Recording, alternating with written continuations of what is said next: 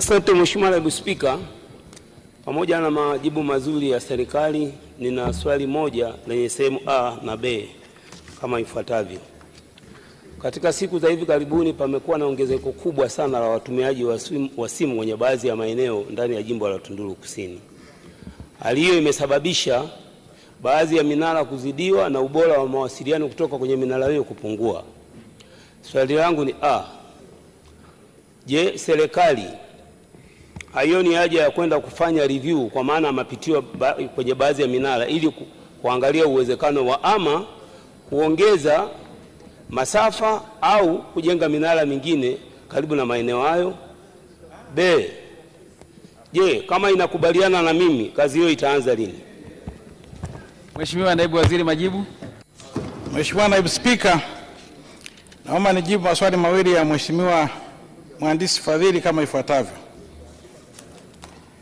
Kuhusu kufanya tathmini upya, ni kweli baadhi ya minara kutokana na maongezeko ya watu, kuongezeka kwa watumiaji inakuwa inazidiwa.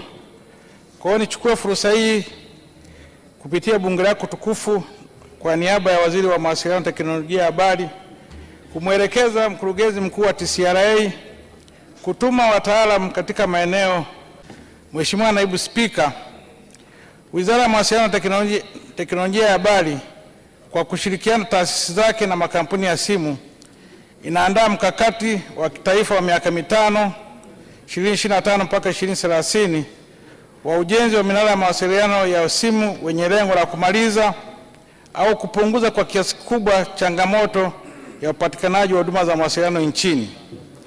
Mheshimiwa Naibu Spika, kata ya Rukumbule ina minara 4 ya mawasiliano iliyojengwa na makampuni ya simu ya Viettel na mnara mmoja, TTCL minara 2 pamoja na mnara wa Helios Towers Tanzania ambao Vodacom, Airtel na Honara wanaotumia kwa pamoja kwa kuweka vifaa vyao vya mawasiliano.